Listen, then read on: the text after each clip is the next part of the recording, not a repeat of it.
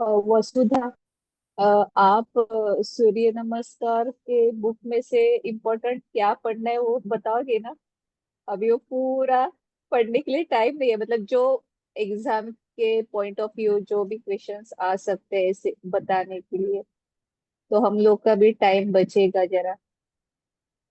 वो देखिए, सूर्य नमस्कार का कोई तो टीचर लेक्चर लेने वाली थी ना।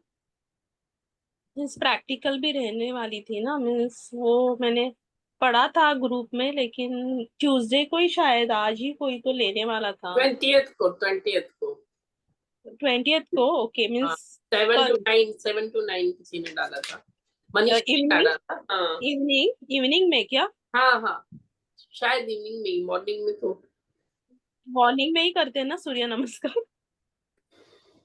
कर सकते हैं। हाँ, वो श्योर क्या है। बट सबके क्लासेस रहते हैं ना इधर उधर, सब बिजी रहते हैं थोड़ा। वाह अनु, कब क्या बात है। कप में क्या है? कब वो योग विद्या निकेतन कप के क्या अंदर है? क्या अच्छा, चाय, है? गरम पानी। ब्लू टी है, ब्लू टी। सुना है ब्लू वाह, टी के बारे में?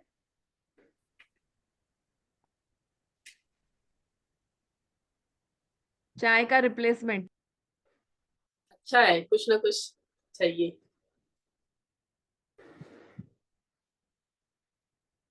सुधा जी क्या लाइट चली गई क्या?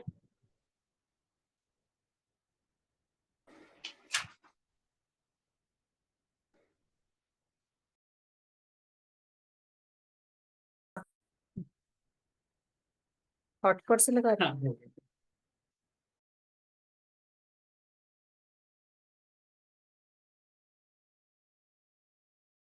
जी।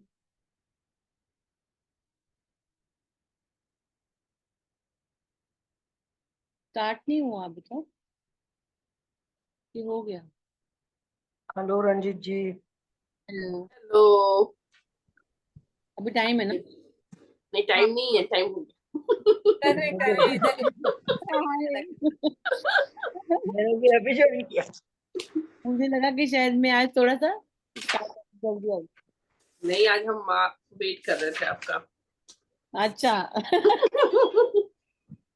हाँ। चलिए स्टार्ट करें। हाँ, ठीक है जो।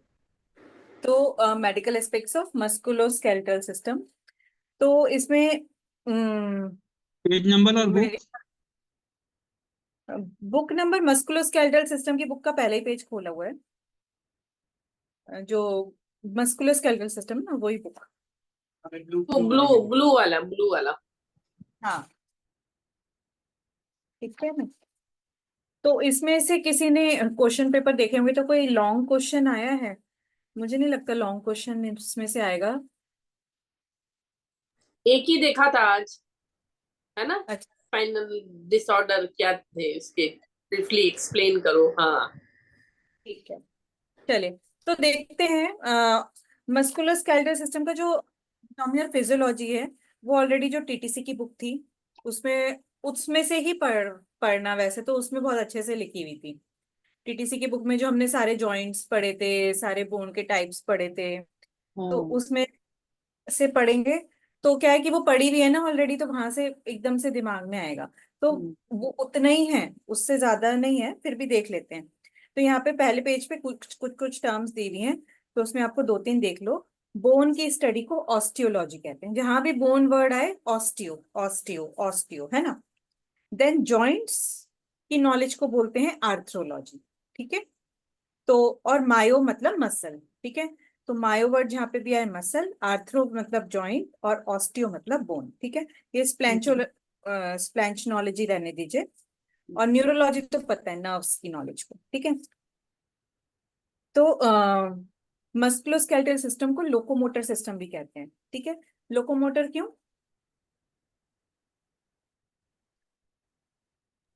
हमारे मूवमेंट्स के लिए करते हैं ना, होती है बॉडी की इसको। वो लोकोमोशन में हेल्प करता है। लोकोमोशन यानी कि हमारे मूवमेंट में। तो इसलिए मस्कुलोस्केलेटल सिस्टम को लोकोमोटर सिस्टम भी बोलते हैं। ठीक है। तो उसी से हमारा एक पोस्चर, हमारी बॉडी का एक ढांचा डिफाइन होता है। हम कैसे दिखेंगे, लंबे चौड़े, लंबाई और चौड़ाई मस्कुलोस्केलेटल सिस्टम से डिफाइन होती है। मूवमेंट और कितना स्टेबल है, ठीक है। तो मस्कुलोस्केलेटल सिस्टम में क्या क्या आता है, हमारे जॉइंट्स आ गए, बोन्स आ गए, बोन्स को जोड़ने वाले जॉइंट्स आ गए। देन मसल्स हो गई। देन मसल्स और बोन को आपस में जोड़ने के लिए कुछ कुछ होता है ना, टेंडन्स, लिगामेंट्स, कार्टिलेज, ये सारा जो भी उनको आपस में ज्वाइन करता है वो सब भी मस्कुलोस्केलेटल सिस्टम में आएगा, ठीक है। तो उसका काम क्या क्या है, मस्कुलोस्केलेटल सिस्टम का हमारी बॉडी को एक ढांचा देना, स्ट्रक्चर प्रोवाइड करता है, हमारा पोस्चर को डिफाइन करता है, हमारे मूवमेंट में हेल्प करता है। देन हमारे बोन्स जो है कैल्शियम का बैंक भी होते हैं। हमारी बॉडी को जब भी कैल्शियम की जरूरत होती है बोन से ही लिया जाता है, तो it is a bank of calcium. अभी कोई कोई बोन्स के अंदर बोन मैरो होता है, तो बोन मैरो इज अगेन हमारी बॉडी का बहुत इंपॉर्टेंट हिस्सा है। बोन्स ऊपर से तो हार्ड दिखते हैं, अंदर से उनके अंदर लिक्विड बोन मैरो होता है, जिसमें हमारे सारा ब्लड बनता है। बोन मैरो में ही हमारे सारे ब्लड सेल्स बनते हैं, मेनली रेड ब्लड सेल्स, ठीक है। तो आपने कोई ऐसा देखा होगा, ब्लड कैंसर के ऊपर ऐसे बहुत सारी पिक्चर्स आई है ना कि, तो उसमें से bone marrow transplant, blood cancer का जब भी कुछ होता है तो बोन मैरो ट्रांसप्लांट किया जाता है, तो क्योंकि बोन मैरो में ही ब्लड सेल्स बनते हैं, ठीक है। और ये जो है बोन्स और मसल्स हमारे अंदर के जो डेलिकेट ऑर्गन्स हैं उसको भी संभाल के रखते हैं, ठीक है। कुछ चोट लगेगी तो एकदम से हार्ट और लंग्स के ऊपर रिब्स हैं, पेट के ऊपर ऊपर सारा मसल्स वगैरह हैं, तो कुछ भी चोट लगती है तो ऑर्गन्स डैमेज नहीं होते हैं। ब्रेन के ऊपर इतना मोटा स्कल है तो ऑर्गन्स नहीं डैमेज हो, इसलिए भी ये भी हेल्प करता है। तो आ सकता है कि लोकोमोटर सिस्टम के क्या क्या, मतलब व्हाट आर द यूजेस, मतलब क्या क्या उसके वर्क हैं, ठीक है। तो बच्चों में, दूसरे पेज पे आ गए हम।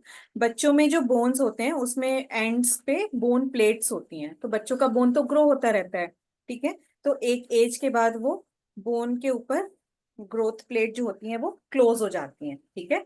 तो एक एज के बाद हाइट बढ़नी बंद हो जाती है। उसके बाद बोन्स हाइट में नहीं बढ़ेंगे, बस चौड़ाई में ही बढ़ सकते हैं, ठीक है। तो फिर या फिर स्ट्रेंथ में बढ़ते हैं, स्ट्रेंथ अगर बढ़ानी है तो बोन्स लेंथ में नहीं बढ़ेंगे, थिकनेस में बढ़ेंगे। तो अभी नेक्स्ट उसमें, तो बोन्स का कुछ कुछ लिखा हुआ है कि बोन्स ऊपर से हार्ड दिखते हैं, तो वो हार्ड पार्ट किस चीज का बना होता है, बोन्स जो सफेद सफेद हमें दिखते हैं, तो एक तो प्रोटीन होता है जो कोलेजन होता है, दूसरा उससे बोला है हाइड्रोक्सीपेटाइट, ठीक है। हाइड्रोक्सी एपेटाइट क्या है, मेनली कैल्शियम। तो आप ये समझ लो बोन्स मेनली कैल्शियम और कोलेजन के बने हैं, ठीक है। तो उसी से हाइड्रोक्सीपेटाइट जो है, जो कैल्शियम का बना है, उसी से हमारे बोन्स का मेन आता है, ठीक है। और अंदर से बोन सॉफ्ट होते हैं, ठीक है। और अंदर उसमें बोन मैरो होता है। सारे बोन्स में बोन मैरो नहीं भी होता है, किसी किसी में बहुत छोटा होता है। जो लंबे लंबे बोन्स होते हैं जैसे हमारा फीमर है, उसमें अच्छी अमाउंट में बोन मैरो होता है, ठीक है।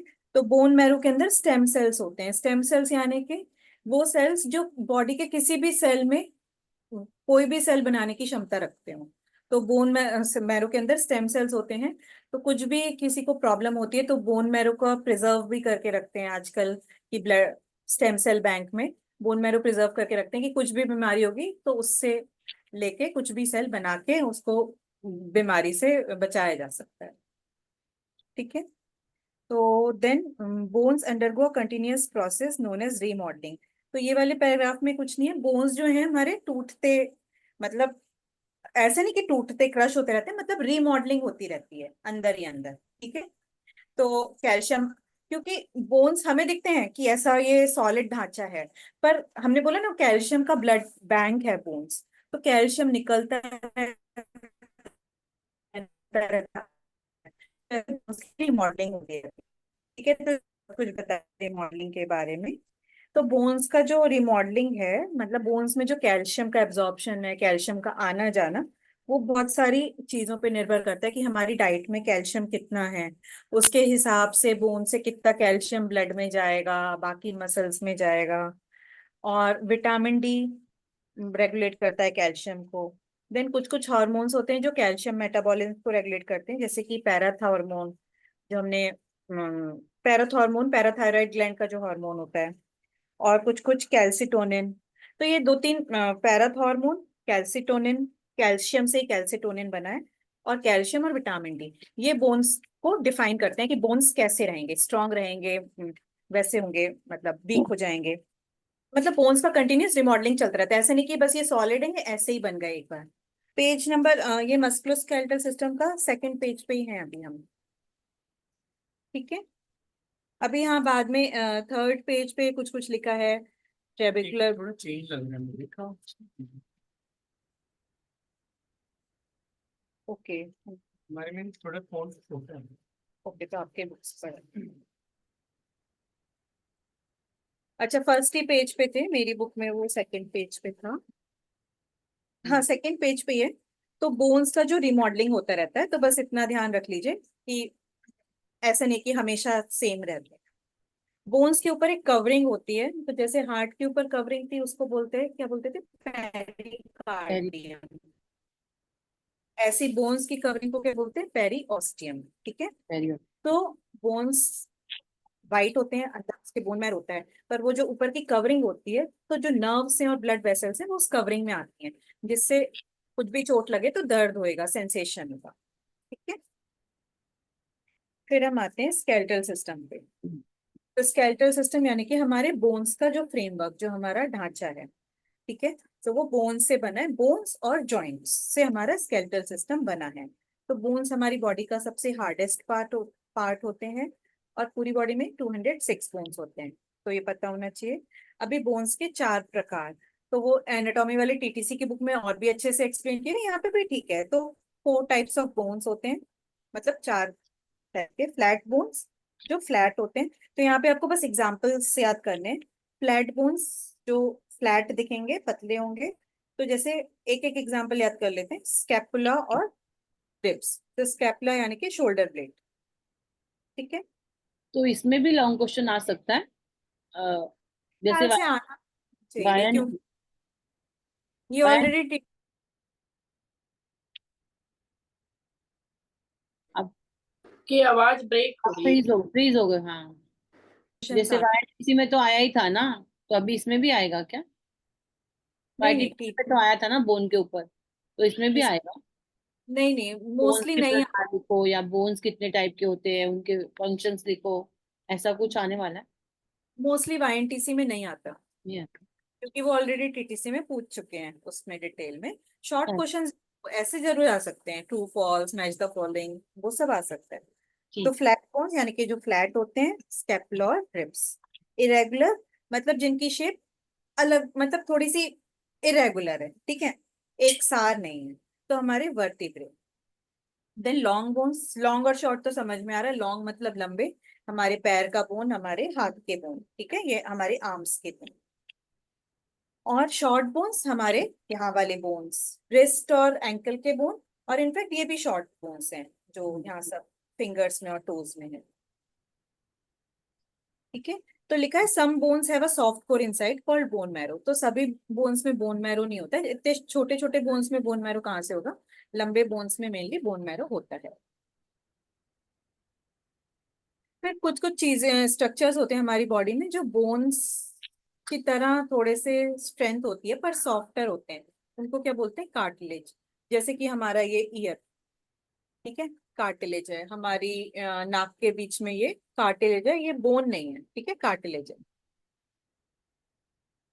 अभी जॉइंट क्या होता है, तो ऐसे बोन्स के 4 प्रकार थे। अभी जॉइंट जब दो बोन जुड़ते हैं, तो a point where two bones are a bone and cartilage, जहाँ पे बोन और कार्टिलेज भी जुड़ेंगे उसको भी जॉइंट बोलेंगे। ठीक है, तो जॉइंट या फिर आर्टिकुलेशन। तो जॉइंट्स के भी डिफरेंट 3 टाइप्स हैं। एक तो फाइब्रस जॉइंट्स जो कंप्लीटली जॉइंट होते हैं, मतलब उनमें मूवमेंट की लिमिटेड और नो मूवमेंट, एक सेकंड, ठीक है। तो जैसे कि हमारे स्कल के जॉइंट्स, स्कल में कोई मूवमेंट हुई ना, बिल्कुल जुड़े हुए हैं आपस में, ठीक है, स्कल के बोन्स। तो फाइब्रस जॉइंट्स मतलब फाइब्रस टिश्यू से ज्वाइंट होते हैं वो बोन्स, और बिल्कुल फिक्स्ड है, तो लिमिटेड और नो मूवमेंट। तो कार्टिलेजिनस जॉइंट्स जो ये बीच में कार्टिलेजिनस जॉइंट्स में जो जॉइनिंग टिश्यू होता है दो बोन्स को जोड़ने का, वो कार्टिलेज होता है। ठीक है, तो वो भी इमूवेबल होते हैं, उनमें भी कोई मूवमेंट नहीं होता। जैसे कि हमारा रिब्स और ब्रेस्ट बोन को जोड़ने वाला, ठीक है, वो बच्चों में मूव इतना फ्यूज नहीं होता, तो एक एज के बाद वो फ्यूज हो जाता है, तो कंप्लीटली इमूवेबल। तो फाइब्रस भी मूवेबल नहीं है, कार्टिलेजिनस भी मूवेबल नहीं है। साइनोवियल जॉइंट्स जो होते हैं जो फ्रीली मूवेबल होते हैं। ठीक है, तो इसमें लिखा है there is a space between surrounded by fibrous capsule, ये सब मत पढ़िए, बस यहाँ पे फ्री मूवमेंट होता है। ठीक है, तो इसका पूरा एक स्ट्रक्चर एनाटॉमी की बुक में लास्ट ईयर में था ना, कि जहाँ पे जॉइंट होता है साइनोवियल जॉइंट्स में, एनाटॉमी की बुक का दिखाई देते हैं ये ये वाला था ना, ये जो साइनोवियल जॉइंट्स होते हैं इनमें ऊपर एक कैप्सूल होता है जॉइंट के ऊपर। ठीक है, जॉइंट के ऊपर एक कवरिंग होती है जो बस एक कवरिंग होती है जॉइंट के ऊपर, जो जॉइंट का डिसलोकेशन होने से रोकती है। मतलब जॉइंट्स मूव कर रहे हैं, तो मूव करते करते वो इधर उधर ना हो जाए, दो बोन अलग ना हो जाए, तो एक कवरिंग, एक कैप्सूल होता है, जॉइंट कैप्सूल, और उसके अंदर साइनोवियल फ्लूइड होता है। ठीक है, जो जॉइंट को लुब्रिकेट करता है और बोन्स को डिसलोकेट होने से बचाता है। तो बस इतना समझ लीजिए, बहुत डिटेल में नहीं समझना है। तो साइनोवियल जॉइंट्स में भी अलग अलग प्रकार के, दे आर फ्रीली मूवेबल। ठीक है, तो इनमें भी 6 टाइप के हैं साइनोवियल के प्रकार, कि किस टाइप का मूवमेंट है। तो सबसे बेसिक तो अपना ये हिंज जॉइंट। ठीक है, ये वाला हिंज जॉइंट, नी वाला जो जॉइंट है। हिंज मतलब जैसे दरवाजे में हिंजेस लगे होते हैं, तो एक ही प्लेन में घूमता है वो। ठीक है, तो हिंज जॉइंट यानी कि एक ही प्लेन में घूमेगा, that is called hinge joint, यानी कि अपना एल्बो का और नी वाला जॉइंट। ठीक है, देन ग्लाइडिंग जॉइंट, ये जब हम ये हिंज की तरह लग रहा है, बट जब हम मूवमेंट करते हैं तो एक दूसरे के ऊपर ग्लाइड कर जाते हैं बोन्स। ठीक है, तो अपना कार्पल एंड टार्सल, यानी कि अपना रिस्ट का और एंकल के वाला जो होता है। ठीक है, देन पाइवेटल जॉइंट, तो एक सेकेंड,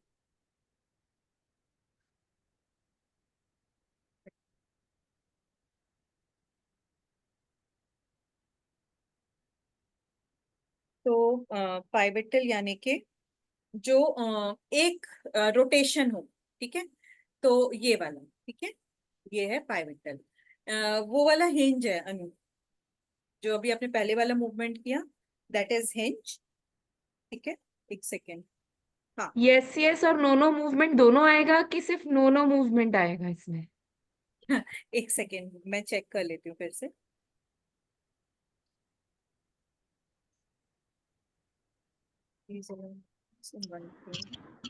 हाँ, it's a no no movement. हाँ, यस, ये वाला जो है ये ये नहीं है, हिंज है। खाली ये। हाँ, ये वाला ये है, सिर्फ ये, नो नो मूवमेंट है। हाँ, दिस इज पाइवेटल। ठीक है, तो ये एक एक्सिस के अराउंड हो रहा है, और वो वाला जो होता है हिंज वाला, वो क्रेनियम की बोन्स फर्स्ट वर्टिब्रे के बीच का जॉइंट होता है, और ये वाला होता है फर्स्ट वर्टिब्रे और सेकंड वर्टिब्रे के बीच का। इसमें लिखा है पाइवेटल जो है फर्स्ट वर्टिब्रे और सेकंड वर्टिब्रे। ठीक है, और हिंज है क्रेनियम और फर्स्ट वर्टिब्रे के बीच का, जो यस वाला है। ये आपने अच्छा बोला, यस और नो ऐसे याद रहेगा। ठीक है, देन आता है जो इजी वाले में पहले मैं बता रही हूँ, बॉल एंड सॉकेट। बॉल में ऐसे हो गया, तो अपना शोल्डर वाला और हिप जॉइंट। ठीक है, तो ये बॉल एंड सेकेंड है। तो ये चार ही में, ये एलिप्सॉइड वाला बस उसमें एग्जाम्पल ही लिखा है, ज्यादा एक्सप्लेन नहीं किया। देन सैडल वाला थंब जॉइंट, तो नो नीड टू रिमेम्बर, आप चार ये मेन याद रखो, ग्लाइडिंग, हिंज, पाइवेटल और बॉल एंड सॉकेट, ये चार मेन है। ठीक है, देन स्केलेटल सिस्टम दो पार्ट्स में डिवाइड होता है, मतलब दो भाग किए हुए हैं। एक तो एक्सियल, एक्सियल यानी कि एक्सेस वाला, और अपेंडिकुलर यानी साइड वाला। ठीक है, तो एक्सियल में आता है अपना स्कल, देन अपनी vertebral column, rib cage, sternum, and then अपना ये नेक। तो ये हमारा बीच का एक्सेस हो गया। देन अपेंडिकुलर, उसके अलावा जो भी कुछ हो साइड्स में, हाथ पैर, मतलब हाथ और पैर, अपर और लोअर लिम्स, वो सब हो गया अपेंडिकुलर। तो यहाँ पे पूरा ये दिया हुआ है, ये एक रेफरेंस के लिए, रटना नहीं है ये सारा। वैसे एक्चुअली सारे 206 बोन्स में दिखाए हुए हैं इस डायग्राम में, तो बहुत इंटरेस्टिंग है, देख सकते हैं, but no need to remember,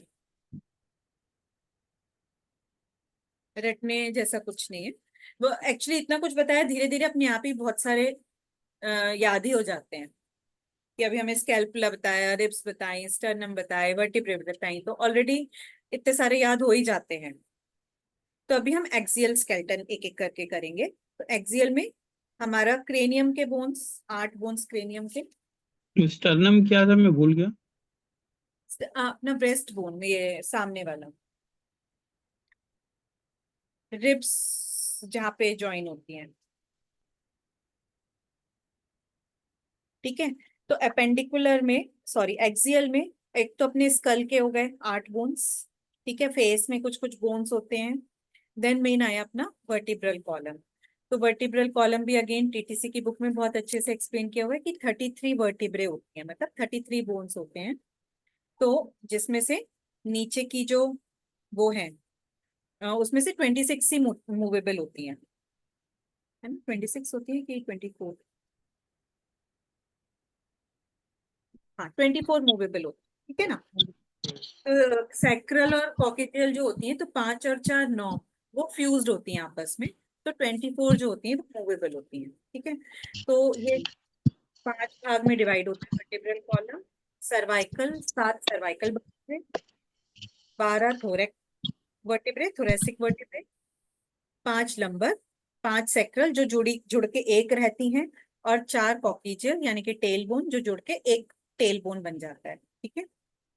तो बोलने को 24 वर्टिब्रे बोल सकते हैं, ठीक है। तो यहाँ पे जो डायग्राम है, कैलकुलेशन में 24 ही कैलकुलेट किया है, ठीक है, 33 कैलकुलेशन में नहीं। तो 206 में वर्टिब्रे 33 काउंट में नहीं आएंगे, 24 काउंट में आएंगे, ठीक है। तो स्पाइन को देखेंगे तो एस शेप की होती है स्पाइन, और ह्यूमन बीइंग की थोड़ी सी, ये ह्यूमन बीइंग की होती है ऐसी एस शेप, क्योंकि हम खड़े हुए हैं, ठीक है। तो ऐसे ये एस शेप है। तो ये कर्व्स होती हैं इसमें 4। तो ये कर्व्स के नाम याद रखने की, मतलब लॉर्डोसिस और काइफोसिस कर्व्स को बोलते हैं, कौन सी कर्व को क्या बोलते हैं वो भी एग्जैक्टली याद रखने का जरूरत नहीं है, ठीक है। 2 कर्व पोस्टीरियर होती हैं, 2 कर्व एंटीरियर होती हैं। तो वो तो ऑलरेडी, मतलब आप स्ट्रक्चर देख के समझ में कि इधर लंबोसेक्रल वाली जो होती है वो थोड़ी सी एंटीरियर टिल्ट होता है, जैसे हम वज्रासन में कहते हैं ना एंटीरियर टिल्ट आया, और सर्वाइकल रीजन में थोड़ा सा ऐसा उठी भी रहती है बाहर की तरफ, और वहां वाली जो कमर की होती है वो थोड़ी सी अंदर की तरफ रहती थोड़ा सा एक्सप्लेन करेंगे। है। हाँ, एक्सप्लेन, जैसे कि हमारा जो वर्टिब्रल कॉलम है वो ऐसे स्ट्रेट नहीं है, वो ऐसे ऐसे एस शेप है, ठीक है। हाँ, ये देखो अनु ने दिखाया ये, कि जो हमारी टीटीसी की बुक में था, अनु को पिन करें, तो इसमें अच्छे से दिखाया हुआ है कि ये ऐसे स्नेक के जैसा है। तो आप गर्दन के ऊपर की जो हड्डी है वो थोड़ी सी देखिए आप, उठी भी है ना, बाहर की हाँ तरफ उठी हुई, और हाँ कमर की जो हड्डी है वो थोड़ी सी अंदर की तरफ है। हाँ हाँ हाँ तो ये है, मतलब ये कर्व्स है, not straight, it is curve. हाँ। नहीं तो एंटीरियर पोस्टीरियर वाला जो बात है वो किधर लागू है, मैंने किसको बोलेंगे? ऊपर हाँ वाले को जो कॉन्वेक्स है, मतलब उसको? हाँ। तो जो देखिए जो ऊपर की तरफ उठी हुई है उसे बोलेंगे पोस्टीरियर, ये हमारा। पोस्टीरियर मतलब पीछे वाला, हाँ। जैसे अच्छा ये। ठीक है और ठीक है ठीक है, हाँ ये मैं समझ गया। P for posterior, P for पीछे, एंटीरियर वाला अंदर वाला। हाँ, अंदर वाला वो है। मेरे लिए इजी है, ठीक है, थैंक यू। ऐसे भी याद कर सकते हैं, पश्चिम तानासन को हम पोस्टीरियर स्ट्रेच कहते हैं, पीछे का तान, एंटीरियर यानी कि आगे का तान, ठीक है। Thank you thank you. वो वाला आपका वैसे ज्यादा अच्छा है, पोस्टीरियर पीछे। तो बस इतना याद रखिए, ठीक है। तो कर्व से क्या होता है, कर्व से स्पाइन की सीधी होती तो इतनी फ्लेक्सिबिलिटी नहीं होती, ठीक है। तो एक तो फ्लेक्सिबिलिटी होती है, बैलेंस बनता है, और खुद से भी लिख सकते हैं, ऐसे जरूरी नहीं जो इसमें लिखा है। फ्लेक्सिबिलिटी आती है, सीधी होती तो इतना मूवमेंट अच्छे से नहीं होता, फ्लेक्सिबल है। और शॉक एब्जॉर्बिंग, उसकी वजह से शॉक एब्जॉर्बर, कुछ भी हम टेढ़ा मेढ़ा कुछ भी होगा तो वर्टेब्रे में बीच में जॉइंट्स होते हैं, जुड़ी भी होती हैं, तो वो कुछ भी एकदम से झटका लगेगा तो वो शॉक एब्जॉर्बिंग कैपेसिटी हो जाती है उसमें। ठीक है, अब यहाँ पे बहुत कुछ दिया हुआ है। ये ईच वर्टिब्रा उसमें क्या क्या वर्टिब्रल बॉडी, वो सब देखने की जरूरत नहीं है। जो हमारा वर्टिब्रल कॉलम होता है उसके अंदर स्पाइनल कॉर्ड जाती है, वो तो सबको पता है। ठीक है, बस वो बात ध्यान में रखनी है। और ये अगेन वर्टिब्रे से बहुत सारी मसल्स अटैच्ड होती हैं, तो उनको बैक मसल्स बोलते हैं। और अंदर स्पाइनल कॉर्ड जा रही होती है, और स्पाइनल कॉर्ड अंदर जा रही होती है, उससे सारी नर्व्स निकलती हैं। तो वो सारी नर्व्स वर्टिब्रल कॉलम से पास होके ही अपेंडिकुलर में जाएंगी। तो कुछ भी ये वर्टिब्रा में प्रॉब्लम होती है तो वो नर्व्स के पैसेज में प्रॉब्लम होगी। ठीक है, तो जो भी दर्द होता है, बैक का पेन या जो भी स्पॉन्डिलोसिस वगैरह, शियाटिका होता है, ये सब, तो उसमें क्या होता है कि स्पाइनल वर्टिब्रल कॉलम में प्रॉब्लम हुआ। तो वर्टिब्रल कॉलम में प्रॉब्लम हुआ तो पेन वहां पे नहीं है, वो नर्व्स पास नहीं हो पा रही, तो नर्व्स उस जगह तक वहां तक पहुंच नहीं पा रही, तो उस वजह से मतलब सिग्नल प्रॉपर नहीं जा रहा है, उसकी वजह से पेन होती है। ठीक है, तो अभी यहाँ लिखा है कि हर एक वर्टिब्रा के बीच में इंटरवर्टिब्रल डिस्क होती है। ठीक है, तो ये क्या होता है, जॉइंट, जॉइंट नहीं सॉरी, मतलब ये जॉइंट होते हैं ना आपस में, जो कार्टिलेजिनस जॉइंट्स होते हैं। एक तरीके से सारी वर्टिब्रे के बीच में जो अभी हमने जॉइंट्स के प्रकार पढ़े, कार्टिलेजिनस जॉइंट्स होते हैं। तो दोनों के, हर एक वर्टिब्रे के बीच में एक कार्टिलेज की डिस्क होती है, जिसे बोलते हैं इंटरवर्टिब्रल डिस्क। तो उसका आईवीडी लिख के आता है, आईवीडी का फुल फॉर्म इंटरवर्टिब्रल डिस्क। तो अगेन इंटरवर्टिब्रल डिस्क का भी काम है कि एक फ्लेक्सिबिलिटी देना, एक स्ट्रेंथ देना, शॉक एब्जॉर्ब करना, कुछ भी डैमेज हो तो उसको बचाना।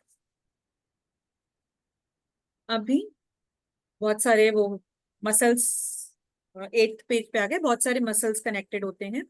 तो उस सब से स्पाइनल, हमारा वर्टिब्रल कॉलम और ये सब बैक मसल से हमें डिफरेंट रेंज ऑफ मूवमेंट्स मिलते हैं, कि हम फॉरवर्ड बेंड कर पाते हैं, हम बैकवर्ड बेंड कर पाते हैं।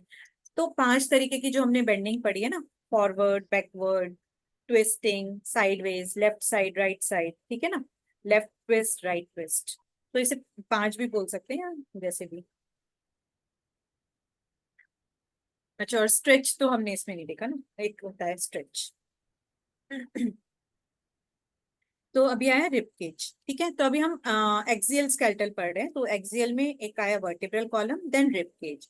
तो रिब केज जो है वो वर्टिब्रे, पीछे से वर्टिब्रे से स्टार्ट होके सामने जो हमारा ब्रेस्ट बोन है उस पे आके रिब्स जुड़ती है। तो पीछे वर्टिब्रे से स्टार्ट होके ब्रेस्ट बोन पे जुड़ती है। तो रिब केज में 12 पेयर्स ऑफ रिब्स होती हैं, एक मतलब राइट साइड से आ रही है, एक लेफ्ट साइड से आ रही है। ठीक है, तो वर्टिब्रे से स्टार्ट होती है बैक में और सामने स्टर्नम पे आके जुड़ जाती हैं।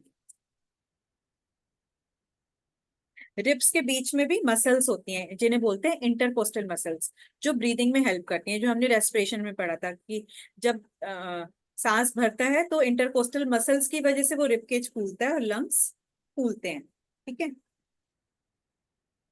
देन रिब केज के नीचे डायफ्राम मसल होती है, जो अगेन बहुत इंपॉर्टेंट मसल है ब्रीदिंग के लिए।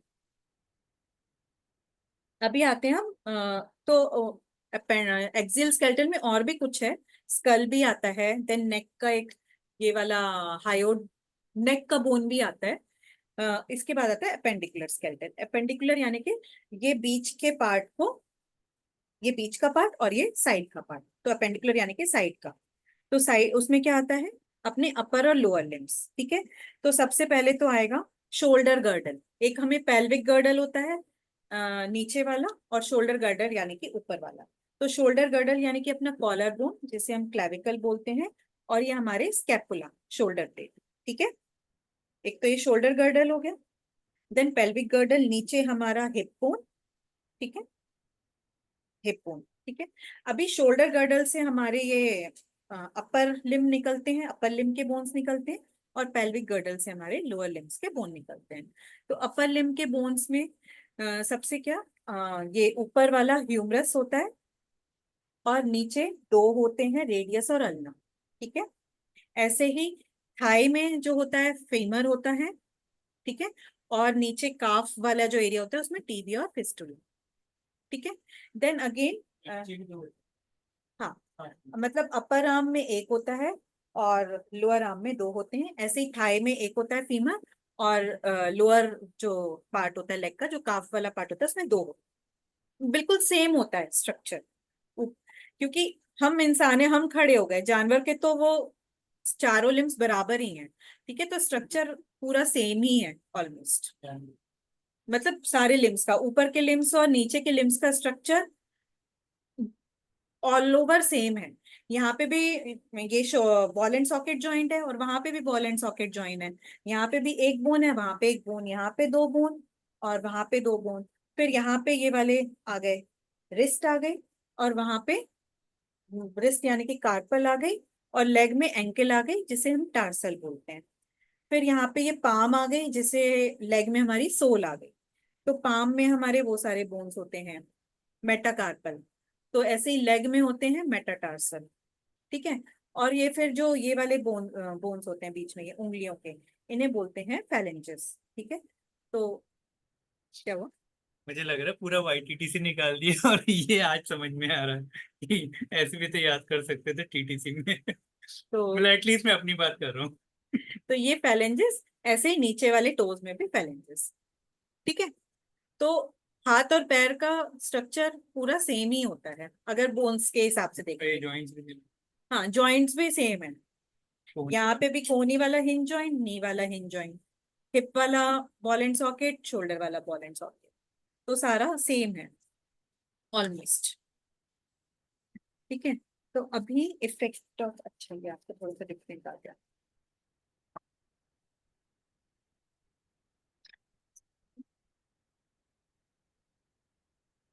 तो एजिंग से क्या होता है, इसमें लिखा है इफेक्ट ऑफ एजिंग। तो एजिंग से क्या होता है कि हमारे बोन्स, हमने पढ़ा था रीमॉडलिंग होती है, कैल्शियम निकलता रहता है, आता रहता है। तो एक एज के बाद जो है, रीमॉडलिंग का जो स्पीड है, कैल्शियम निकलने का तो स्पीड ज्यादा रहता है, कैल्शियम आने का वो कम हो जाता है रेट। तो इसलिए धीरे धीरे बोन्स विद एज वीक होते रहते हैं। ठीक है। तो एक एज से ये होता है। डाइट में भी हमारी कमी हो जाती है, एक्सरसाइज की वजह से भी जो जॉइंट्स हैं वो प्रॉपर नहीं रहते हैं, वीक हो जाते हैं। डाइट में कैल्शियम की कमी होती है, या प्रॉपर जो भी है, इनफेक्ट बहुत सारी चीजें हैं ना। तो मेनली है with ageing the normal pattern of remodelling of bones gets altered. ठीक है। तो rate of formation of bones become slower than the destruction. बस ये लास्ट वाली लाइन याद रख लीजिए। तो विद एजिंग क्या होता है, तो ऑस्टियोपोरोसिस सेट्स इन। ऑस्टियोपोरोसिस मतलब बोन्स में कैल्शियम की कमी होना, बोन्स खोखले हो जाना, तो ऑस्टियोपोरोसिस यही होता है। अभी हमने पढ़ा स्केलेटल सिस्टम, देन हम पढ़ेंगे मस्कुलर सिस्टम। तो मसल्स क्या होती हैं? मसल्स भी एक टिश्यू होती हैं जिनके अंदर पावर होती है केमिकल एनर्जी को मैकेनिकल एनर्जी में, मतलब जो ग्लूकोज है उसको यूज करके, एनर्जी को यूज करके उसको मूवमेंट करने की। तो सारा मूवमेंट जो है इस पे एक्चुअली मसल्स की वजह से हो रहा है, बोन्स की वजह से भी नहीं। बोन्स तो हार्ड है, बोन्स को मूवमेंट करने में हेल्प कौन कर रहा है? मसल्स। तो मसल्स जो सेल्स होते हैं वो फाइबर टाइप के बड़े बड़े सेल्स होते हैं, इलोंगेटेड सेल्स। तो मसल्स भी तीन तरीके की होती हैं, वॉलेंट्री, इनवॉलेंट्री और कार्डियक। ठीक है। तो वॉलेंट्री पता है कि जैसे होता है ना वॉलेंटियर, मैं खुद से आगे बढ़ के आऊंगा। तो वॉलेंट्री मसल्स भी जो हम अपनी विल पे चला सकते हैं, मतलब हम सोचेंगे तो चलेंगी, हम नहीं सोचेंगे तो नहीं चलेंगी। जैसे अपने हाथ पैर की मसल्स, ये सब मसल्स, हम बोलेंगे तो हम सोचेंगे तो चलती हैं। तो ये वॉलेंट्री मसल्स कौन सी होंगी? जो बोन से जुड़ी हैं, जिन्हें हम चला रहे हैं। तो इसलिए इनको स्केलेटल मसल्स, सारी स्केलेटल मसल्स वॉलेंट्री होती हैं, क्योंकि जो बोन से जुड़ी हैं वो हमारी विल से, हमारी इच्छा से चलती हैं। तो वॉलेंट्री और स्केलेटल मसल्स सेम होती हैं। तो दे कॉन्ट्रैक्ट एट विल, हमारी इच्छा से चलती हैं, and they are under conscious control, हमारे कंट्रोल में, हमारे कॉन्शियस। और इनका शेप कैसे होता है? इनमें बीच बीच में वो होती हैं, धारियां होती हैं, धारीदार होती हैं मसल्स। बस इतना याद रखना है, ये धारीदार होती हैं, स्केलेटल होती हैं, और कॉन्शियस कंट्रोल में होती इंग्लिश में क्या कहते हैं धारीदार को? हैं, स्ट्रिएटेड। स्ट्रेट। हाँ, स्ट्राइप्स वाली। ठीक है। क्योंकि क्वेश्चन पेपर में धारी नहीं लिख के आएगा। ठीक है। तो कॉन्शियस वाला जो नर्वस सिस्टम होता है उसे बोलते हैं सोमैटिक नर्वस सिस्टम, और जो हमारे कंट्रोल में नहीं होता वो वाला नर्वस सिस्टम कौन सा होता है? Autonomous nervous system. ठीक है। तो वॉलेंट्री जो मसल्स होती हैं वो सोमैटिक नर्वस सिस्टम के कंट्रोल, और ये मसल्स हमेशा ग्रुप में काम करती हैं, मतलब पेयर में। एक मसल कॉन्ट्रैक्ट होगी, एक रिलैक्स होगी। जैसे बाइसेप्स और ट्राइसेप्स, एक कॉन्ट्रैक्ट होगी तो एक रिलैक्स होगी। ठीक है। तो मसल्स कॉन्ट्रैक्ट होती हैं तो बोन्स को ऐसे हम, बोन्स का मूवमेंट होता है। तो बस इतना ही याद रखना है इसमें, ज्यादा कुछ नहीं। देन आती है इनवॉलेंट्री मसल्स। इनवॉलेंट्री मसल्स जो हमारी इच्छा से नहीं काम करती हैं, अपनी इच्छा से अंदर अंदर चलती रहती हैं, वो ऑटोनॉमस नर्वस सिस्टम के कंट्रोल में होती हैं, और वो स्मूथ होती हैं। वॉलेंट्री वाली धारीदार होती हैं और ये स्मूथ होती हैं, इनमें कोई धारियां नहीं होती। ठीक है। तो ये मसल्स कहाँ होंगी? हमारे अंदर, हमारे जो अंदर विसरल ऑर्गन्स हैं अंदर के, तो वो वाली, जैसे कि अंदर अंदर हमारा जो ब्रोंकियल मसल्स हैं, हमने खाना खाया तो खाना अपने आप नीचे चला गया वो इसोफेगस के कॉन्ट्रेक्शन से, तो वो ब्रोंकियल मसल्स। खाना पेट में चर्निंग हो रहा है तो वहां सब जो भी मसल्स काम कर रही हैं, हार्ट भी एक मसल है तो वो भी इनवॉलेंट्री है, पर वो आएगी कार्डियक, वो तो एक अलग ही कैटेगरी हो गई। ठीक है। तो बस इतना पढ़ना है स्मूथ में। तीसरी वाली मसल है कार्डियक, यानी कि हमारी हार्ट। तो हार्ट की मसल वॉलेंट्री तो नहीं होगी, हम थोड़ी ना हार्ट को कह रहे हैं कि कॉन्ट्रैक्ट हो रिलैक्स हो, इनवॉलेंट्री है। तो हार्ट की मसल है इनवॉलेंट्री बट है धारीदार। ठीक है। वैसे वो इनवॉलेंट्री में आएगी बट उसमें स्ट्रिएशंस होती हैं, इसलिए उसे एक्चुअली एक सेपरेट कैटेगरी में डाला है, नहीं तो वो इनवॉलेंट्री में भी डाल सकते थे, बट उसमें स्ट्रिएशंस होती हैं और वो ब्रांच्ड होती है। आप देख सकते हैं तीनों का वो दिया हुआ है डायग्राम। तो हार्ट की जो मसल्स हैं वो स्ट्रिएटेड होती हैं, धारीदार होती हैं और ब्रांच्ड। ये रिबकेज के बीच में जो मसल्स होती है वो कौन सी में आएगी? इसके बीच में, रिबकेज के बीच में इंटरकोस्टल ना, हाँ, मेरे हिसाब से तो वो भी स्केलेटल ही हुई। ये भी क्यों? इनवॉलेंटरी होगी ना, क्योंकि वो भी अपने आप ही काम करते हैं, हम सांस लेते हैं छोड़ते हैं तो। पर वो उससे जुड़ी है, स्केलेटल से जुड़ी है ना, तो हाँ हाँ, स्केलेटल। वही ना, मैं उसमें कंफ्यूजन है कि भाई वो इनवॉलेंटरी मतलब कि अपनी इच्छा से तो नहीं चल रही है ना, ऑटोमेटिकली अपन ब्रीदिंग कर रहे हैं तो वो, नहीं नहीं, इच्छा से हो रही है ना, हम लोग उसको कि मतलब ब्रीदिंग तो मतलब वो है एक्चुअली स्केलेटल में ही। ठीक है। क्योंकि वो हड्डियों से जुड़ी हुई है। देखो हम्म। तो हुआ है नीचे, वो कंफ्यूजन को ठीक किया हुआ है। डायग्राम भी एक तरीके से वो कंफ्यूजन है, और जो इंटरकोस्टल मसल्स हैं रिबकेज वाली, वो सारी स्केलेटल मसल में आई। ठीक है। तो diagram is an important skeletal muscle. ठीक है। वो it is responsible for respiration, it can be controlled. तो वो वैसे इनवॉलेंट्री चल रही है बट वॉलेंट्री भी कंट्रोल कर सकते हैं डायग्राम को। ऐसे इंटरपर्सनल मतलब ऐसे इनवॉलेंट्री चल रही है बट वॉलेंट्री भी कंट्रोल कर सकते हैं। तो वॉलेंट्री इनवॉलेंट्री ज्यादा उसे स्केलेटल मसल की कैटेगरी में डाल, मतलब थोड़ा सा वो दोनों फंक्शन है। प्राणायाम में जैसे हम मीन्स डायफ्राम वगैरह ऊपर ले सकते हैं तो वो वॉलेंटरी ही है ना, इसीलिए वो हाँ हमारे मीन्स ये इससे याद रख सकते हैं। हाँ। तो मतलब वी कैन कंट्रोल, तो वॉलेंट्री में आएगी। मतलब अपनी ओके। मर्जी से, लेकिन हम भी अपनी मर्जी उनके ऊपर चला सकते हैं। हाँ। हम्म। ओके इनवॉलेंट्री तो के ऊपर हम किसी भी तरीके से मर्जी चला ही नहीं सकते, तो वो वाली हम्म, पूरी। ठीक है। रेक्टाई भी स्केलेटल मसल है, विच आर जो हमारे एब्डोमेन की मसल्स होती हैं। ठीक है। तो ज्यादा नहीं उसमें, बस रेक्टाई जो है हमारी जो एब्डोमेन वाली मसल्स होती हैं, तो वो भी वॉलेंट्री होती हैं और स्केलेटल होती हैं।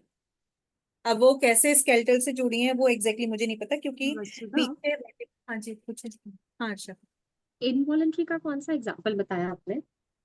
आ, जो भी है अपने देखो यहाँ पे लिखी हुई है, डाइजेस्टिव ब्रीदिंग, डाइजेस्टिव भी तो इनवॉलेंटरी है। एसोफेगस, जैसे अपना ब्लैडर, डाइजेस्टिव ट्रैक्ट में जो सारी मसल्स सारे हैं। internal organs, basically all internal organs that are there which we cannot control. हाँ।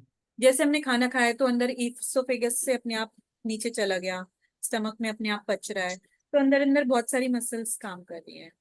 तो सारे वो ब्लैडर, स्पिंचर मसल्स और सारी जो इंटरनल है सारे ही आ गए फिर उसमें।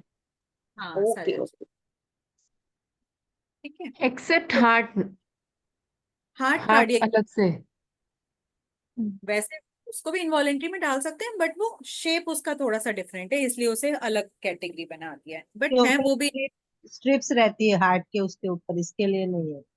हाँ, तो function wise they are involve. तो फंक्शन ऑफ मसल्स, मसल्स का फंक्शन, जो हमने स्केलेटल सिस्टम का, वो मस्कुलोस्केलेटल सिस्टम के सारे फंक्शंस पढ़े वही मसल के हैं। लोकोमोशन, मूवमेंट में हेल्प करती हैं। मूवमेंट और लोकोमोशन, यहाँ पे 2 पॉइंट डालने, एक्चुअली एक ही बात है। पोस्चर, हमारी पोस्चर को डिफाइन करती हैं। जो इनवॉलेंट्री मसल्स हैं, अंदर अंदर हमारे बॉडी में बहुत कुछ हो रहा है, ब्लैडर भर रहा है, ब्लैडर कॉन्ट्रैक्ट हो रहा है, तो ब्लड सर्कुलेशन में हेल्प कर रही हैं, अंदर के ऑर्गन्स को सपोर्ट कर रही हैं, डाइजेशन हो रहा है, डिफिकेशन हो रहा है, यूरिनेशन हो रहा है, चाइल्ड बर्थ, ये सब में मसल्स का ही काम है। Then external expression of emotions, तो जब हमारा फेशियल मसल्स, फेशियल मसल्स कहते हैं ना, रिलैक्स रखो आसन में, तो फेशियल मसल से ही हमारे इमोशंस दिखते हैं। तो अभी मसल टोन क्या होती है? तो मसल टोन क्या होती है कि मसल्स हमेशा ऐसे नहीं कि कंप्लीटली रिलैक्स रहती है, हल्की सी हमेशा कॉन्ट्रैक्टेड रहती है मसल्स, उसको बोलते हैं मसल टोन। ठीक है, muscle is never completely at rest, it is slightly contracted.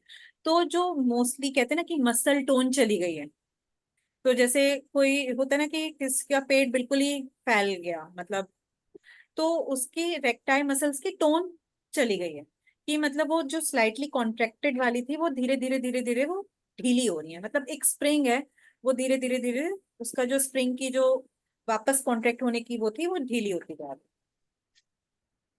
तो इसमें और भी कुछ कुछ लिखा हुआ है, वो मत देखिए।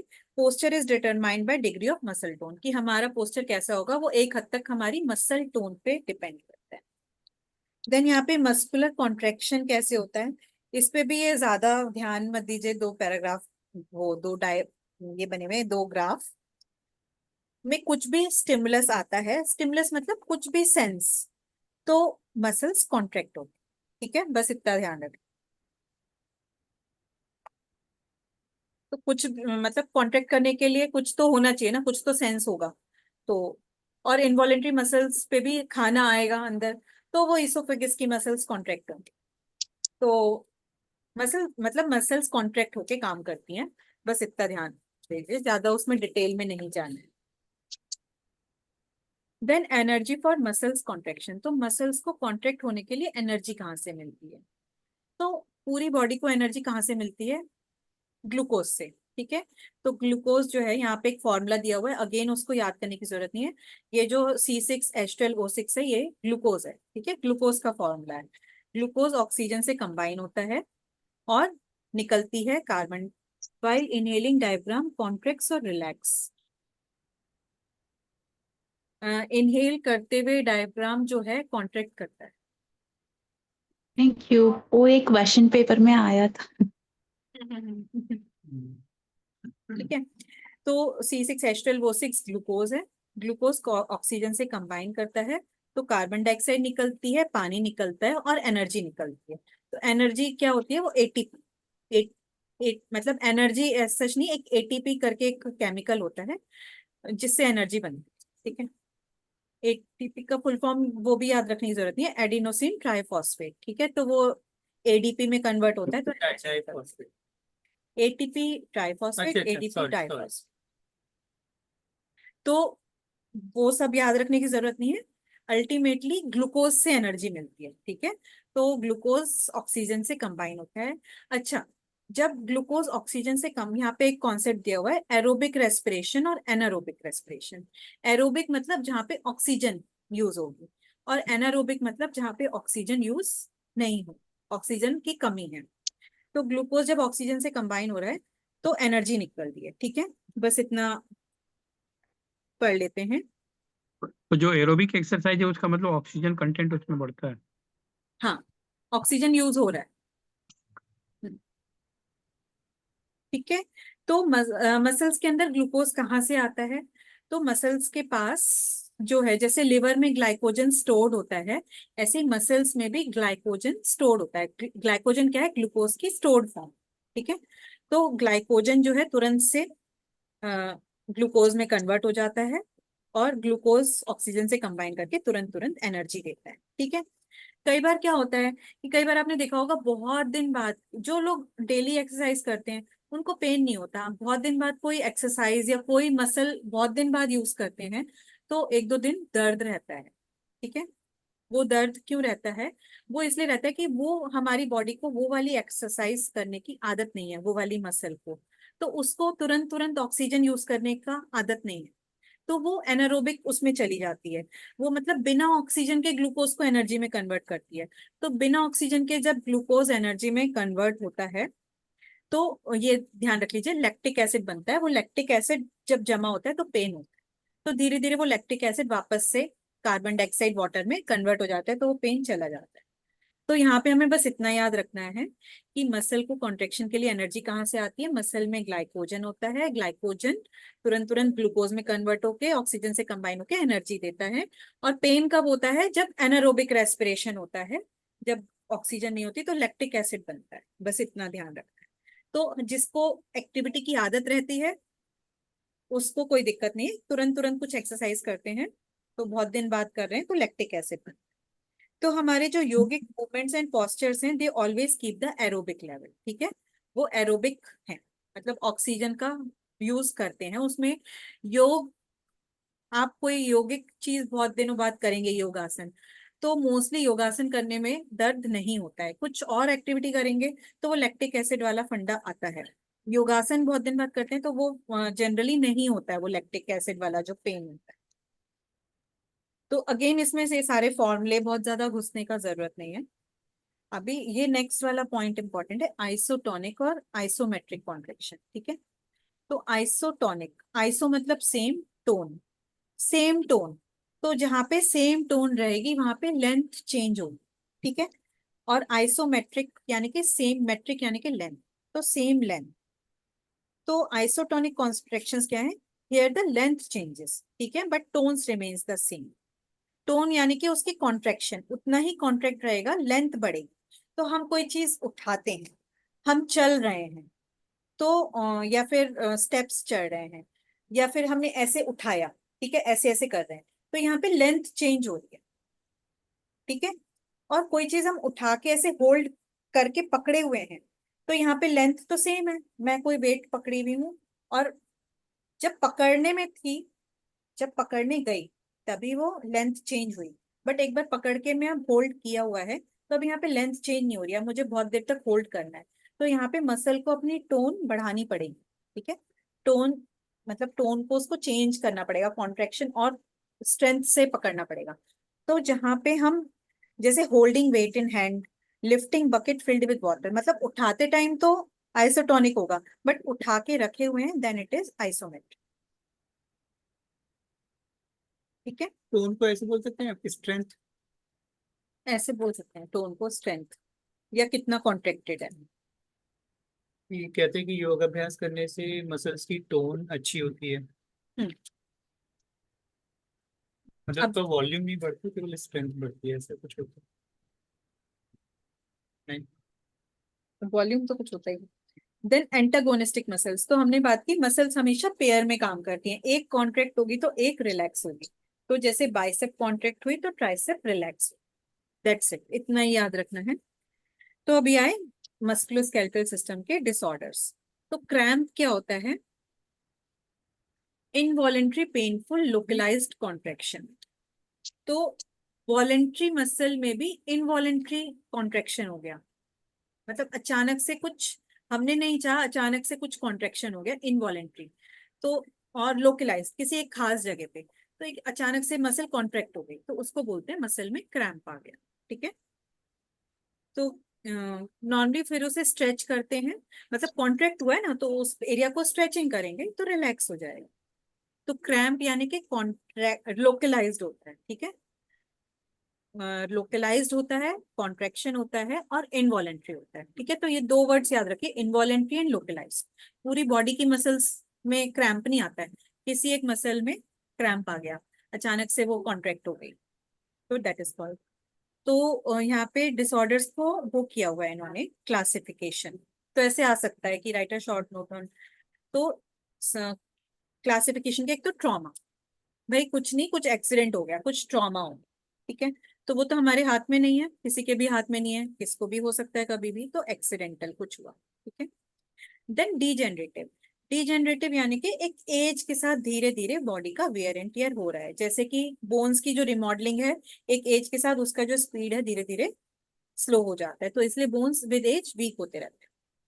तो डिजेनरेटिव में मोस्टली क्या है, स्पाइनल जॉइंट्स, जो जॉइंट्स पे ज्यादा काम रहता है, जिन पे प्रेशर ज्यादा होता है, उनमें डिजेनरेशन सबसे ज्यादा होता है। एक तो स्पाइनल जॉइंट्स और नी वाला और शोल्डर वाला, ठीक है, ये सबसे ज्यादा वल्नरेबल है डिजेनरेशन।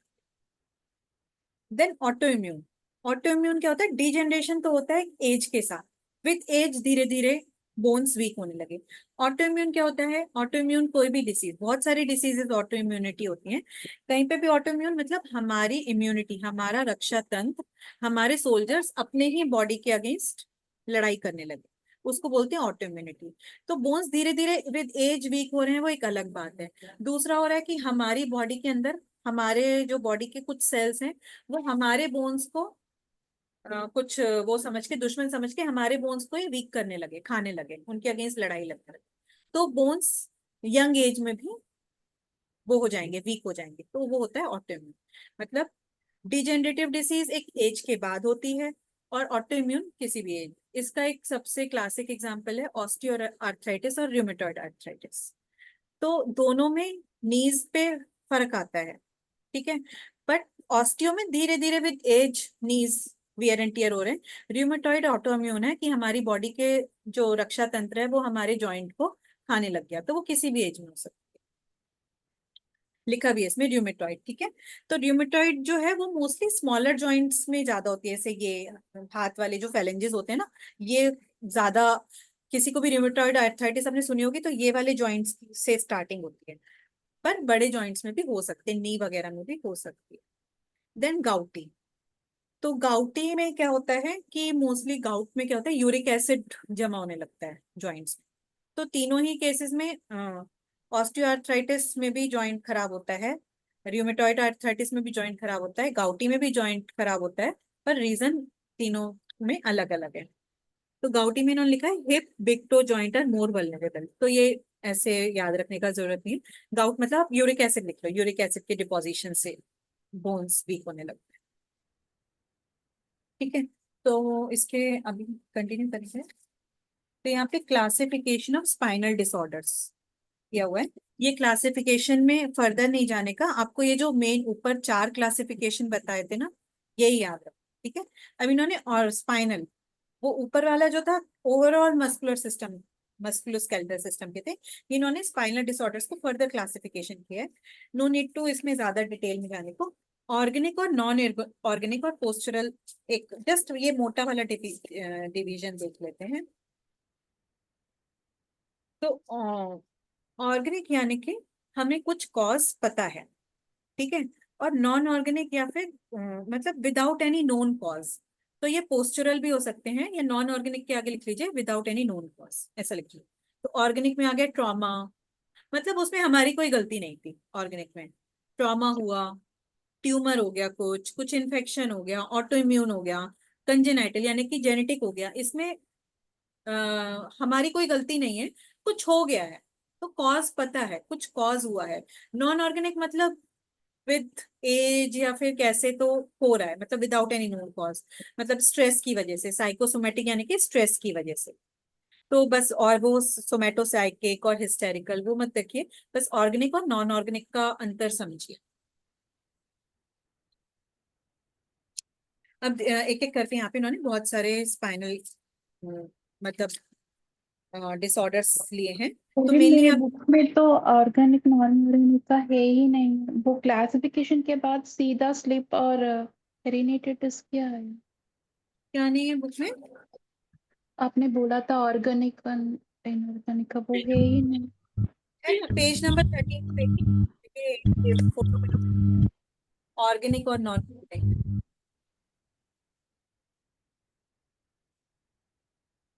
ठीक है प्रिया? हाँ हाँ, ओके ओके, सॉरी सर। तो अब यहाँ पे एक एक करके अलग अलग उन्होंने डिसऑर्डर्स को डिस्कस किया है। तो इन्होंने एक्चुअली क्लासिफिकेशन को पीछे छोड़ दिया है। अभी डिसऑर्डर्स इन्होंने क्लासिफिकेशन के हिसाब से नहीं डिस्कस कर रहे, जो कॉमन डिसऑर्डर्स हैं वो डिस्कस कर रहे हैं। ठीक है, तो एक होती है स्लिप डिस्क या फिर हर्निएटेड डिस्क। तो हमारी सारी जो वर्टिब्रे के बीच में इंटरवर्टिब्रल डिस्क होती है। ठीक है, कार्टिलेज का जो एक कार्टिलेज की डिस्क होती है। ठीक है, उस कार्टिलेज की डिस्क में 24 मूवेबल होते हैं। तो 24 के बीच में वो 23 कार्टिलेजेस होंगी। ठीक है, तो उनमें से किसी भी एक कार्टिलेज में, किसी भी या एक या दो, किसी भी कार्टिलेज में कहीं पे भी कुछ प्रॉब्लम हुआ। अभी दो जॉइंट्स, दो वर्टिब्रे के बीच में कार्टिलेज है, अब वो कार्टिलेज अगर पिचक गया या डिजेनरेट हो गया तो दो बोन्स आपस में एक दूसरे को टच करेंगे। टच करेंगे तो फ्रिक्शन होगा, तो टच करेंगे तो मूवमेंट नहीं होगा ना। जब तक वो स्प्रिंग थी तब तक सही था, एक बार वो स्प्रिंग ऐसे दब गई तो मूवमेंट उस एरिया का रिस्ट्रिक्ट हो जाएगा ना। तो हर्निएटेड और स्लिप डिस्क में यही होता है कि intervertebral disc are cushion between the vertebrae. ठीक है, द अब इसका इन्होंने बताया हुआ है कि ये इंटरवर्टिब्रल डिस्क कैसे बनी होती है, कि इसका आउटर पार्ट जो होता है वो टफ होता है, अंदर उसके जेलेटिन भरा होता है, सॉफ्ट। ठीक है, ये इंटरवर्टिब्रल डिस्क की बात हो रही है।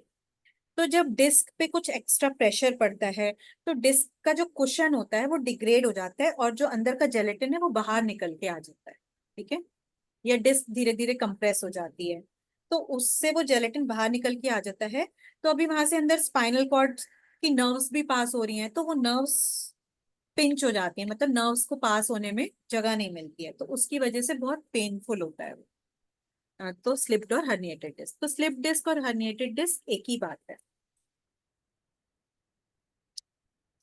यहाँ पे दिखाया हुआ है कि ये डिस्क का फोटो बना हुआ है। डिस्क बाहर से कार्टिलेज है, अंदर उसके जेली है। तो वो जेली जो है वो बाहर निकल के आ गई, बाहर निकल के आ गई, तो उसने वो दो बोन्स वर्टिब्रे के बीच के गैप को कम कर दिया और वो जो नर्व है वो अच्छे से उस जगह पे पास नहीं हो पाई। तो एक्यूट स्लिप डिस्क। ठीक है, तो एक्चुअली वो कंप्रेशन जो है वो तो हमेशा ही किसी को हो गया है तो वो रहता ही है। ठीक है, तो कभी कभी वो ज्यादा प्रेस हो जाता है, कभी कभी वो ठीक हो जाता है। तो उस पे ज्यादा प्रेशर पड़ता है तो उस एरिया उस टाइम पे बोलते हैं उसे एक्यूट स्लिप डिस्क। ठीक है, तो जब उस पे कम प्रेशर पड़ा तो उसको बोलते हैं स्लिप डिस्क है, बट एक्यूट नहीं है। तो एक्यूट और उसमें मतलब ज्यादा कंफ्यूज नहीं होने का कि ये स्लिप डिस्क होती है। तो मोस्टली कौन से पोजीशन पे ज्यादा होती है, कहाँ पे ज्यादा कम लोड पड़ने के चांसेस हैं? हमारी कमर, जो हमारा लंबर रीजन है, वहां पे सबसे ज्यादा जोर पड़ने के चांसेस हैं। तो L4 L5 के बीच का डिस्क सबसे ज्यादा स्लिप डिस्क होता है, या फिर L5 और S1, मतलब लंबर की लास्ट टू या फिर लंबर की लास्ट और सैक्रल की फर्स्ट, तो इन दोनों के बीच का। तो यहाँ तो पे सबसे ज्यादा सीरियस कौन सा हुआ? क्या क्या ज्यादा सीरियस हर्निएटेड डिस्क हुआ या अक्यूट स्लिप डिस्क हुआ? एक्यूट वाला। Acute is more dangerous than the herniated. दोनों बात एक ही है, मतलब वो डिस्क कुछ तो गड़बड़ है। ठीक है, तो डिस्क डिजेनरेट तो हो ही गई है, पर उस पे प्रेशर पड़ा तो वो जेल निकल के आ गया, तो उसको बोलते हैं एक्यूट।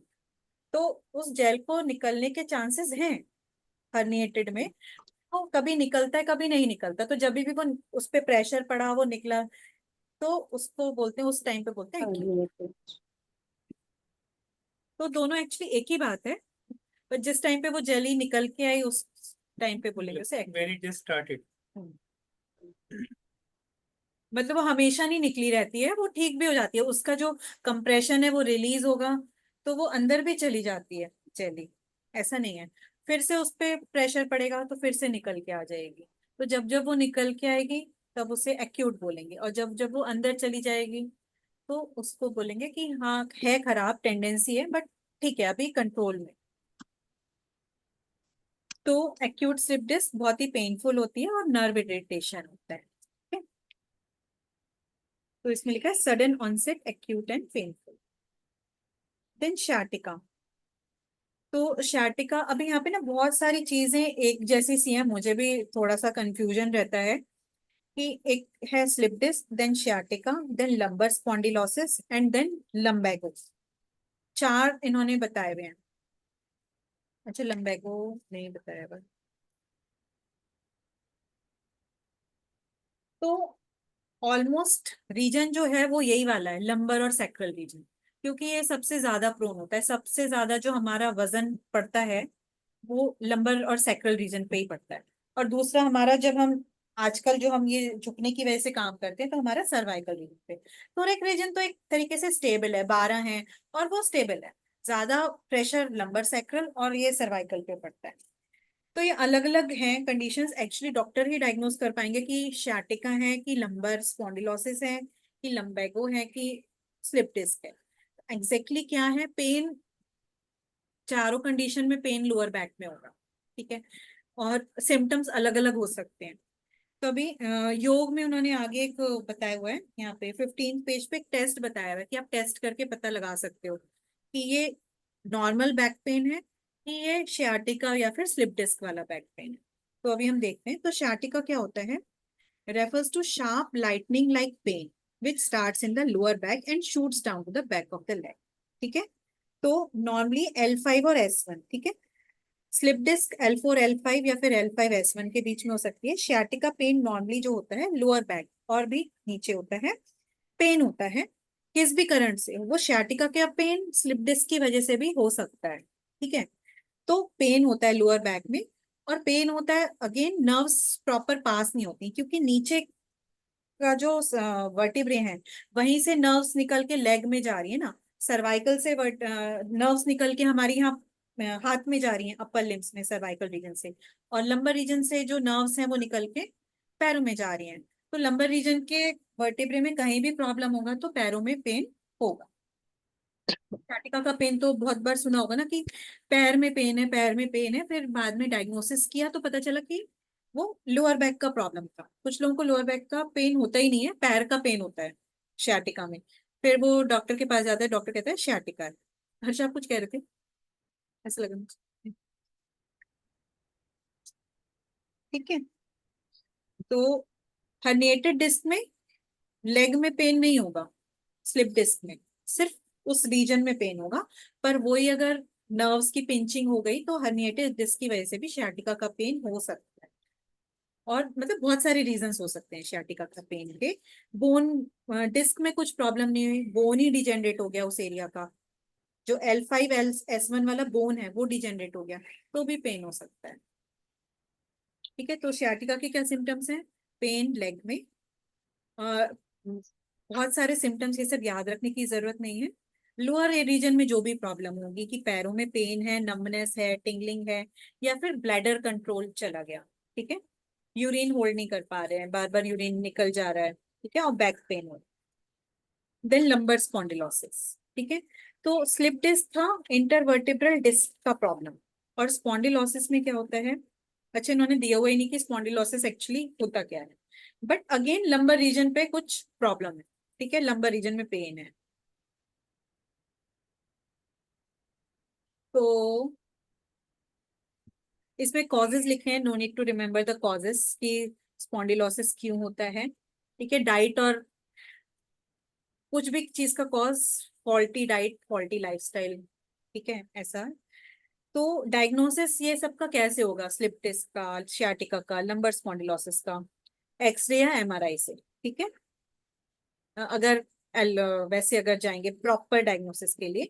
बट योग में हम ये दो आसन करवा के देख के हम पता लगा सकते हैं कि ये नॉर्मल बैक पेन है। कभी कभी कुछ प्रॉब्लम नहीं होती, ना तो बोन में कुछ प्रॉब्लम नहीं होती, ना डिस्क में कुछ प्रॉब्लम होती है। अभी हम पढ़ेंगे बैक एक एक मोस्टली लोगों को एक नॉर्मल बैक पेन होता है, जिसका ना तो कोई बोन्स में वीकनेस से रिलेशन होता है, ना तो स्लिप डिस्क वगैरह कुछ भी नहीं होती, जस्ट बैक पेन है, अपने आप ठीक हो जाता है। कई बार होता है ना कि थोड़ा थकान हो गई, बैक पेन हो गया, किसी किसी को पीरियड्स के टाइम पे बैक पेन होता है, तो अपने आप ठीक हो जाता है। तो ये दो आसन अगर कर पा रहे हैं तो इसका मतलब नॉर्मल बैक पेन है। It's neither sciatica, not slip disc, nor lumbar spondylosis, ठीक है। तो उत्थित एक मैम पादासन। सॉरी। तो वो मुझे अभी भी वो उसमें कंफ्यूजन तो रहता ही है कि ये साइटिका और स्पॉन्डिलाइटिस में फर्क क्या है। तो बेसिकली देखा जाएगा तो स्पॉन्डिलाइटिस में भी वही ये डिस्क का डीजनरेशन हो गया, तो वही सेम ही चीज हुई ना, उसी की वजह से लंबर में पेन हुआ, राइट? एक्चुअली मतलब स्पॉन्डिलोसिस लंबर रीजन में कहीं भी हो सकती है, ऑल अच्छा, ओवर। तो और शार्टिक एल एल जो हम लोग थोरासिस में जो बोलते हैं वहां पर कम होने के चांसेस रहते हैं। ये जो होगा वो नीचे लोअर बैक में ही होगा, राइट? L2 L1 से लेके L5 तक उसी में हाँ होने के ज्यादा चांसेस है। हाँ ओके, बस मतलब देखा जाए तो दोनों सेम ही हुआ ना। आई थिंक इसमें ना मेन डिफरेंस जो है, at least to my knowledge we can cross check that sciatica में शायद नर्व दब जाती है लोअर बैक में, because of which since the nerve is going till your lower limb leg, तो इसलिए कई बार जैसे वसुधा ने बताया ना कि कई बार लोगों को बैक में पता भी नहीं चलता लेग में पेन हो रहा होता है, because the nerve is getting pressed at the L5S1. Whereas slip disc में it is the cartilage and lumbar का issue हुआ है। उनका है And ना, जो शाइटिका वाले रहते हैं ना, उनका एक्चुअली एक साइड का पार्ट है ना पूरा ये हो जाता है, एक साइड। और अभी जो ये है वो बीच में रहता है ना स्पॉन्डिलाइसिस, ये एक साइड की नर्व ऐसा कुछ होता है। हाँ, तो स्पॉन्डिलोसिस मतलब पेन है, वो बहुत किसी भी कारण से हो सकता है। स्पॉन्डिलोसिस में नर्व स्पॉन्डिलोसिस, लंबर स्पॉन्डिलोसिस की वजह से भी शार्टिका शार्टिका का पेन हो सकता है। शार्टिका एक्चुअली एक टाइप का पेन है, ठीक है। वो स्लिप डिस्क की वजह से भी हो सकता है, और मतलब जैसे हर्षा ने बोला पिंच नर्व, तो पिंच नर्व हो गई, उस एरिया की नर्व पिंच हो गई, वो स्लिप डिस्क की वजह से भी हो सकती है, लंबर स्पॉन्डिलोसिस की वजह से भी हो सकती है। तो that is a advance symptom. और स्लिप डिस्क में तो डिस्क स्लिप हो गई, और लंबर में लंबर स्पॉन्डिलोसिस में बोन का प्रॉब्लम है, और वो ऑल ओवर लंबर कहीं पे भी हो सकता है। तो मतलब बोन वीक है, या फिर कार्टिलेज, बोन में स्वेलिंग आ गई, बोन में कुछ इन्फेक्शन की वजह से होता है कि कुछ पोस्चर की वजह से वो फूल गया है टेम्परली। तो मतलब एग्जैक्टली बहुत सारा उन्होंने बताया भी नहीं है बहुत डिटेल में कि माइन्यूट माइन्यूट डिफरेंसेस क्या हैं। तो अगर ऊपर से देखेंगे तो वो एक जो प्रॉपर जो डॉक्टर होते हैं हड्डी के, वो ही बता पाते हैं कि एग्जैक्टली क्या हुआ है, ठीक है। हाँ, चलिए, तो ये बस ये टेस्ट देख लेते हैं, ये उते देखपाद आसन, ठीक है। तो उते देखपाद आसन अगर किसी को sciatica है ना, sciatica है, स्लिप डिस्क है, तो वो कर ही नहीं पाएंगे, कर पाएंगे मतलब उनको बहुत ही ज्यादा इंटेंस पेन होगा, ठीक है, अपनी लंबर रीजन। तो अगर उचित एक पदासन कर पा रहे हो विदाउट एनी मतलब मतलब तो ना कि बहुत ही sharp, without any sharp pain, तो इसका मतलब ये नॉर्मल बैक पेन है। देन अर्ध शलभासन, तो अर्ध शलभासन में अगर पेन हो रहा है तो वो मे बी लंबर स्पॉन्डिलोसिस, क्योंकि वो L1 L2 L3 ऊपर वाली रीजन की प्रॉब्लम से हो रहा है, ठीक है। तो इन जनरल कि उतित एकपादासन और शलभासन करा के हम देख सकते हैं कि ये बहुत ज्यादा मेजर कोई कारण है, मतलब स्लिप डिस्क है, शियाटिका या लंबर स्पॉन्डिलोसिस है, या एक नॉर्मल बैक पेन है। अगर नॉर्मल बैक पेन है तो जैसे अगर क्लास में कोई आए बोले कि हम नहीं कर पाएंगे, तो करा के देख लो कि अगर किसी को शार्प पेन है तो फिर उसे डॉक्टर के पास भेजो, हमें नहीं ट्रीट करना है फिर। और अगर कर पा रहा है तो ठीक है, वो विद होता है ना कि इनएक्टिविटी की वजह से वो उसको हो रहा हो, मतलब मे बी पेन हो रहा हो, और कराएंगे धीरे धीरे मूवमेंट होगा तो ठीक हो जाएगा। इन शॉर्ट ये दोनों प्रैक्टिस कॉन्ट्रा इंडिकेटेड है ये हाँ, अब डिजीजेस की। वो तीनों हुआ, वो तीनों डिसीज हुई तो ठीक है। तो लिखा है many a times a back pain can happen without any cause, ठीक है। तो जस्ट बहुत ज्यादा काम कर लिया, बहुत देर तक खड़े रहे, तो अपने आप ही ठीक हो जाएगा। खाना बहुत दिन से प्रॉपर नहीं खाया है, ओबेसिटी की वजह से बैक पेन हो जाता है, मतलब पेट आगे की तरफ आ रहा है, पेट आगे की तरफ आ रहा है तो बैक जो है वो ऐसे टिल्ट हो जाती है, तो दैट्स इट, ठीक है। तो उसे ओबेसिटी या बियर बेली बैक एक, दैट्स इट। तो अभी बाकी का कल करते हैं। अच्छा, थोड़ा सा ही बचा है, अच्छा अभी बहुत है, आगे बहुत है, ठीक है। तो कॉजेज ऑफ बैक एक, बस वो सब कल स्टार्ट। वसुधा, चलिए, ये ओबेसिटी वाले में क्या हो रहा है एक्चुअली? वो डायग्राम जो दिया है आगे आ रही है क्या बैक उसमें?